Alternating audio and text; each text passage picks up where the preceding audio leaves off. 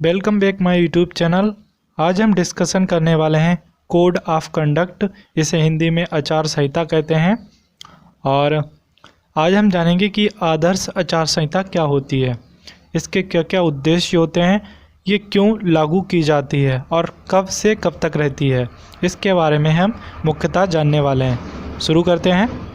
आदर्श आचार संहिता राजनीतिक दलों और उम्मीदवारों के मार्गदर्शन के लिए निर्धारित किए गए मानकों का एक ऐसा समूह है जिसे राजनीतिक दलों की सहमति से तैयार किया गया है। आदर्श आचार संहिता में चुनाव आयोग की भूमिका अहम होती है।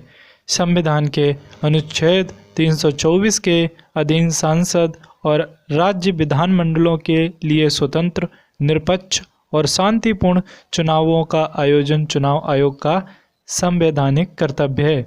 दोस्तों, जो आचार संहिता बनाई जाती है वो हमारे निर्वाचन आयोग के द्वारा बनाई जाती है और इसमें जनता और जो भी राजनीतिक संगठन हैं उनका सहयोग की आवश्यकता होती है।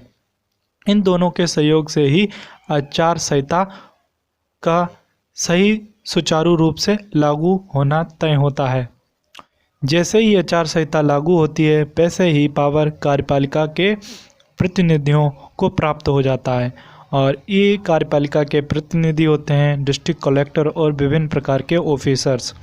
इनके हाथों में पावर चली जाती है और जो भी राजनीतिक दल हैं वो जनता को किसी प्रकार का लोभ या लालच ना दे सकें, ना ही अपने चुनावी रैलियों में बड़े बड़े वादे कर सकें और उन पर विभिन्न प्रकार के प्रतिबंध लगाए जाते हैं। जो भी ऐसा करता हुआ पाया जाता है कि जनता को लालच दे रहा है लोभ, तो उसको तुरंत उसके ऊपर FIR दर्ज हो जाती है। और आचार संहिता में विभिन्न प्रकार की शर्तें और नियमें होती हैं जिनको ध्यान में रखकर प्रत्येक उम्मीदवार को अपना प्रचार करना होता है। अगर वो इन नियमों को पालन नहीं करते हैं तो उनके ऊपर कानूनी कार्रवाई की जाती है। अब हम जानने वाले हैं आचार संहिता की विशेषताएं। इसकी मुख्य विशेषताएं निर्धारित करती हैं कि राजनीतिक दलों, चुनाव लड़ने वाले उम्मीदवारों और सत्ताधारी दलों को चुनाव प्रक्रिया के दौरान कैसा व्यवहार करना है। वहाँ पर ऐसे नियम दिखाए जाते हैं कि जो भी प्रत्याशी हैं वो किस तरीके का व्यवहार करें, वो कैसी गतिविधियों को करें और कौन सी गतिविधियों को ना करें। ये सब कुछ दर्शाया जाता है आचार संहिता में।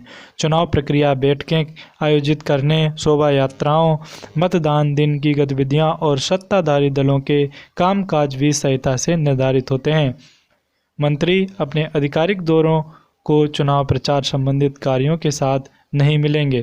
दोस्तों, उसमें बताया जाता है कोई भी अधिकारी किसी भी नेता के साथ नहीं मिलेगा और जो भी हमारे अधिकारी कर्मचारी हैं वो चुनाव को निष्पक्ष और ईमानदारी के भाव से करवाएंगे और जो भी प्रत्याशी होते हैं उनकी जो भी जितनी बैठकें होती हैं उन पर अधिकारी अपनी नज़र बनाए रखें कि वो जनता को किसी प्रकार से लोभ तो नहीं दे रहे।